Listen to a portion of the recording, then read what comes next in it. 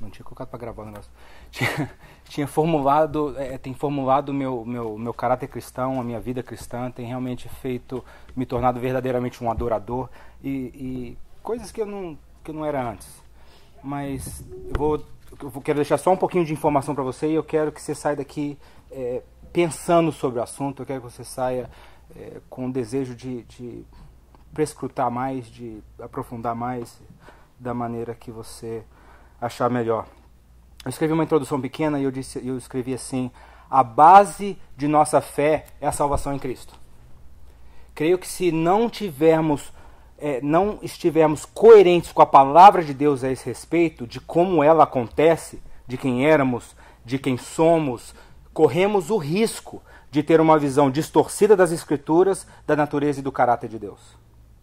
Esse texto, para mim, é de extrema importância nesse assunto pela riqueza de informação que ele carrega a respeito da salvação. Cremos, pelo menos teoricamente, que Jesus morreu por nós. Mas será que nós sabemos como ele nos salvou? Outro dia eu vi uma postagem no Facebook que dizia o seguinte: a salvação depende de cada um de nós. Não sei se alguém já ouviu falar isso, virou ditado. Depende de cada um a salvação. Mas imediatamente eu lembrei de uma passagem em Jonas, no capítulo 2, no verso 9, que diz assim: a salvação pertence ao Senhor. Então, a partir do momento que a salvação pertence ao Senhor, ela não depende mais, porque a salvação é dele. No Efésios capítulo 2, eu queria, não sei como que eu vou fazer isso de 1 a 11, cada 5 minutos você me avisa, porque se você falar 1 minuto, eu vou... não vou ler ele todo, vou ler versículo por versículo, só por questão de tempo. No verso 1, capítulo 2 de Efésios, no verso 1, ele diz assim: ele vos deu vida, estando vós mortos nos vossos delitos e pecados, nos quais andastes outrora, segundo o curso deste mundo, segundo o príncipe da potestade do ar, do espírito que agora atua nos filhos da desobediência, entre os quais também todos nós andamos outrora, segundo as inclinações da nossa carne, fazendo a vontade da carne e dos pensamentos. Éramos, por natureza, filhos da ira, como também os demais.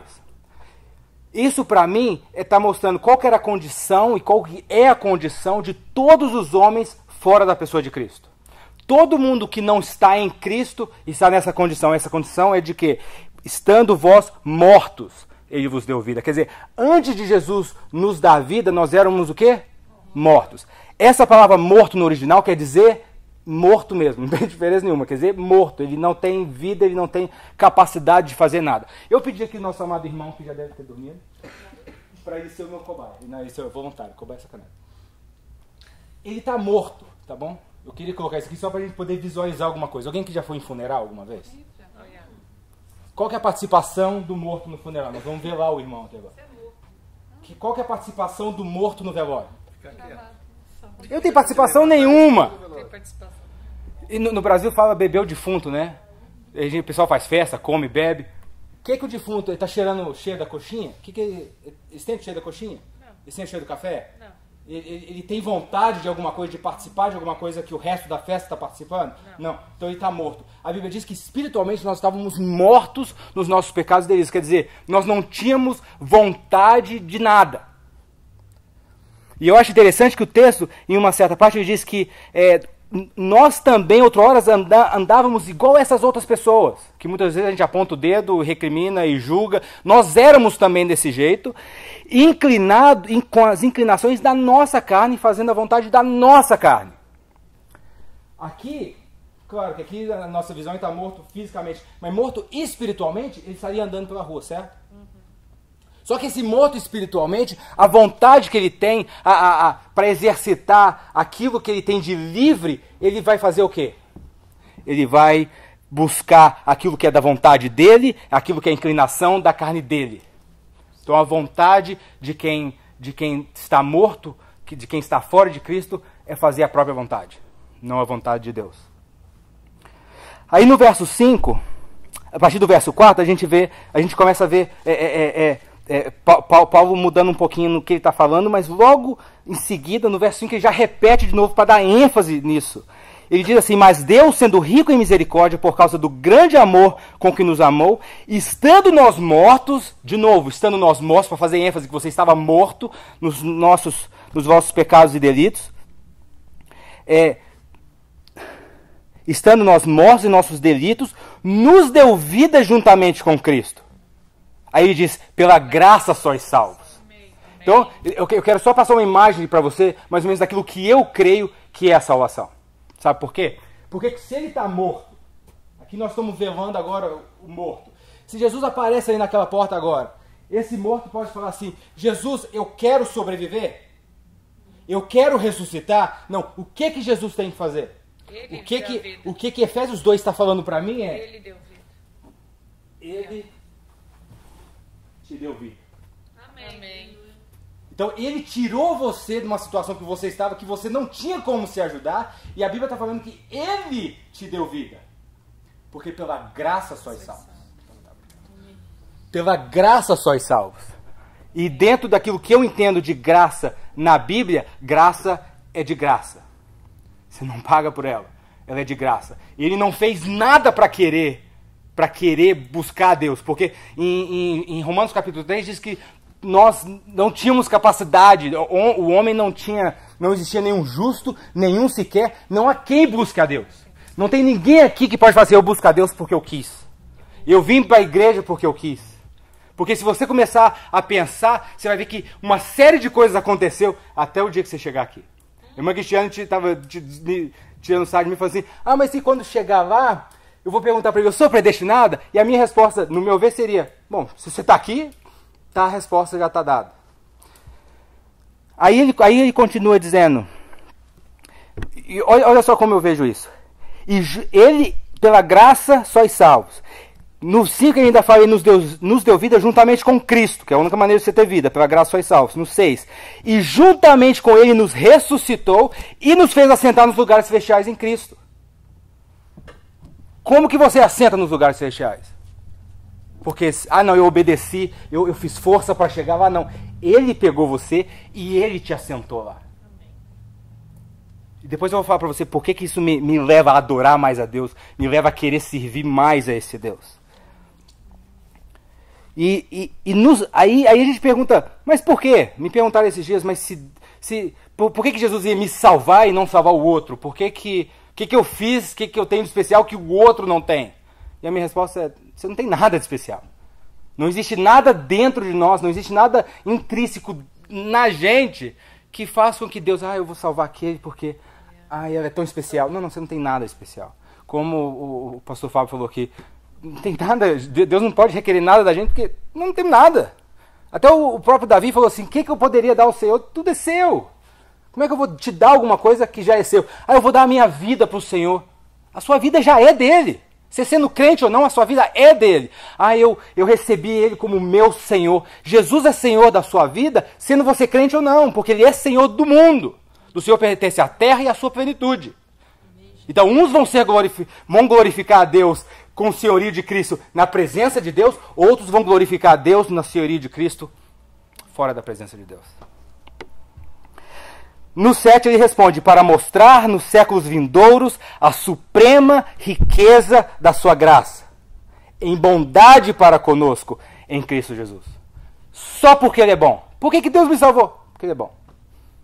Mas por que eu? Porque ele quis. Não tem como fugir disso, porque eu me conheço. Se eu fosse Deus, eu não me escolheria. Eu não me escolheria sem ser Deus. Porque eu me conheço. Ele amou porque ele é bom. Ele me escolheu porque ele é bom. Aí no 8, ele fala, é um versículo que a gente está careca de ouvir. Porque pela graça sois salvos mediante a fé. E agora uma coisa que parece que a gente lê esse versículo, a gente prega esse versículo, e eu tenho a impressão que a gente não entende esse versículo. Porque ele diz assim, eu nem sei porque eu estou tremendo, mas ele diz assim: pela graça sois salvos mediante a fé, e isto não vem de vós. A gente está falando sobre chegar no céu, qual vai ser a sua primeira pergunta, ou o que você vai falar, o que seja. Ninguém vai chegar no céu e falar assim: até que enfim, eu consegui chegar aqui. Porque pelos seus próprios esforços, pela sua própria obra, você não tem como chegar no céu. Ninguém vai para o céu com as próprias pernas. Ninguém vai para o céu com os próprios esforços. Com as próprias pernas e com os próprios esforços, você pode ir para o inferno. Para o céu, não. Para o céu, você tem que ser carregado até o céu. 10 minutos. Ótimo. Então é pela graça sois salvos. E não vem de vós. Quer dizer, essa obra é de quem? A obra que nos faz chegar ao céu, a obra que nos leva a Deus é de quem? É do próprio Deus. É o próprio Deus, é o Espírito Santo que convence o homem do pecado, da justiça e do juízo. Quer dizer, se você fala assim, nossa, eu pequei. Se você está falando, eu pequei, quem colocou isso no seu coração não veio de você. Ah, 1 mais 1 é 2. Ah, tá, então não sei se isso aqui é certo. Ah, tá, realmente eu pequei. Não foi o Espírito Santo de Deus que colocou isso no seu coração para você saber que é pecado. Senão você fala assim, não, eu sei que é errado, mas... Porque a gente define pecado de um jeito e erro do outro. Se você não tem convicção de que pecado é pecado, para você é só um erro moral. Não faz diferença alguma. Não adianta você, eu vou fazer tudo certinho. Não é fazer tudo certinho que leva alguém ao céu. O que leva alguém ao céu é Jesus. A obediência que nós teríamos que ter para chegar ao céu, ela foi feita em Jesus, que a Bíblia diz em Romanos que ela é imputada a nós. Então quando Deus fala, os obedientes vão para o céu, os obedientes vão entrar, então não é a minha obediência, não é a obediência do Samir, é a obediência de Jesus lá que obedeceu perfeitamente, é colocado na vida do Samir. Samir, você pode entrar. Porque não depende de mim. Não depende de mim. Mas você pode argumentar assim. Por que é isso? Porque como assim não vem de vós? Por que não depende de nós a salvação? Porque não é de obras para que ninguém se glorie. Aquilo que eu disse, ninguém vai chegar lá e falar assim, eu consegui. Ou eu sou santo porque eu consegui. Eu sou santo porque eu leio mais a Bíblia, porque eu oro mais, porque eu jejuo mais, porque eu estou mais tempo na igreja. Então eu sou santo. Não! Não é por obras, não depende, a sua salvação não depende de você, porque se ela dependesse de você e por algum acaso você conseguisse chegar lá, você tinha que se gloriar. Como não depende de você, como é uma obra 100% exclusiva de Deus, sobrenatural de Deus, tudo que você pode fazer é obrigado, porque se não fosse o Senhor, eu não estava aqui.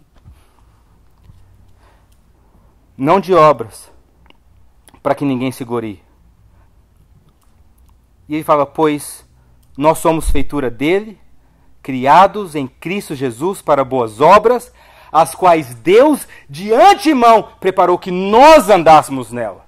Ele não preparou umas obras para talvez algumas pessoas que conseguissem chegar até aqui andassem nela. Eu acho muito interessante na igreja a gente fala assim, eu sou escolhido de Deus, e ao mesmo tempo que eu falo, eu sou escolhido de Deus, eu falo, eu aceitei a Jesus. Se você é escolhido de Deus, como você aceitou Jesus? Primeiro, Jesus não precisava de aceitação, é você que precisava da aceitação dele.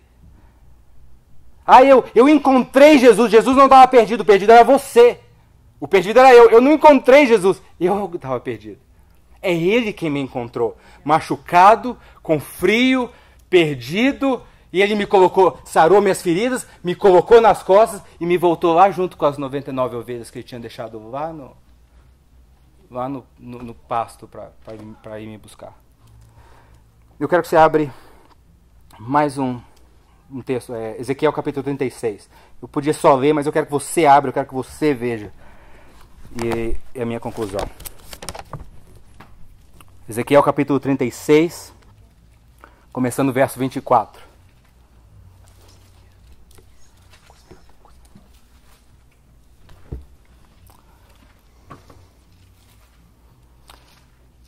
Ezequiel 36, verso 24. Olha o que esse texto diz. Isso aqui é Deus falando. Isso aqui é Deus falando. Ele disse assim para Israel: tomar-vos-ei de entre as nações. Ele não está pegando todas as nações e nem fazendo uma oferta a todas as nações. Ele não está oferecendo, abrindo uma porta de salvação para quem quiser entrar. Ele está falando, eu tomar-vos-ei de entre as nações e vos congregarei de todos os países e vos trarei a vossa terra. Olha o 25. Então aspergirei água pura sobre vós e ficareis purificados. Não é você que se purifica, é ele quem te purifica. De todas as vossas imundícias e de todos os vossos ídolos vos purificarei. Olha o 26, pelo amor de Deus. Dar-vos-ei coração novo e porei dentro de vós espírito novo. Tirarei de vós um coração de pedra e vos darei coração de carne. Olha o 27. Porei dentro de vós o meu espírito e farei que andeis nos meus estatutos, guardeis os meus juízos e os observei. O que eu tiro disso aqui? A iniciativa é de Deus. Porque até onde eu li em Efésios 2, você estava morto. O morto não tem iniciativa de nada. A única iniciativa que o morto tem é de apodrecer. Ele não pode fazer mais nada. A iniciativa é de Deus. Segundo Ezequiel 36, a purificação é de Deus. Porque não é você que se purifica, é Ele quem te purifica. Segundo Ezequiel 36, o transplante de coração quem faz é Deus. Eu não posso tirar o meu coração e colocar um novo. E também diz que o Espírito quem dá é Deus. Não é um pastor que põe a mão na minha cabeça, não é eu que clamo pelo Espírito, é Deus que dá o Espírito. E o que ele faz? No último verso diz, porei dentro de vós o meu Espírito e farei que andeis nos meus estatutos, guardeis os meus juízos e os observei. Quer dizer, meu ponto de vista, tá? Minha interpretação, e lembra que a minha interpretação não é inspirada por Deus. Mas a capacidade de obediência quem dá é Deus. Então não tem obra que a gente, qualquer um aqui dentro, ou qualquer pessoa no reino de Deus pode se gloriar. Porque até o você querer obedecer, até o seu ato de obedecer, ele vem de Deus. É Deus que coloca em você a capacidade de fazer isso. Como? Ele te deu um coração novo. Com um coração velho, de pedra, de carne, não tem como você querer agradar a Deus, não tem como você querer buscar a Deus, até que Ele faça esse transplante, não tem como ninguém fazer. Só tem uma frase agora. Agora que deu tempo, se deu tempo, agora eu tenho... Quantos minutos você usou a mais? Não, você já usou a mais. Você não foi 1 minuto? Sim, 1 minuto a 3 atrás. Só vou ler. Não temos absolutamente nada em que nos gloriar. Não na nossa fé, não na nossa escolha, não na nossa obediência, não na nossa santidade. Nós somos salvos pelo Senhor, através do Senhor e para o Senhor. Eu acho que leva tempo para digerir isso tudo, mas para mim é confortador, porque não depende de mim. Jonas 2:9, a salvação pertence ao Senhor. Amém. Amém.